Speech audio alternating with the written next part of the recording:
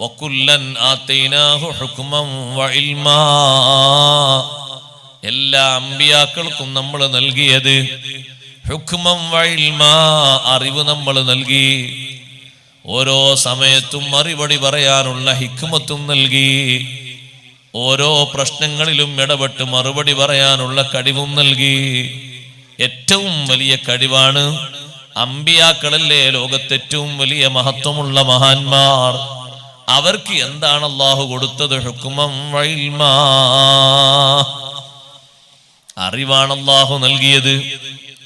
ഓരോ വിഷയത്തിനും മതിയായ രീതിയിൽ മറുപടി പറയാനുള്ളത്, അതിനാണ് ഹുക്മ് എന്ന് പറഞ്ഞത്.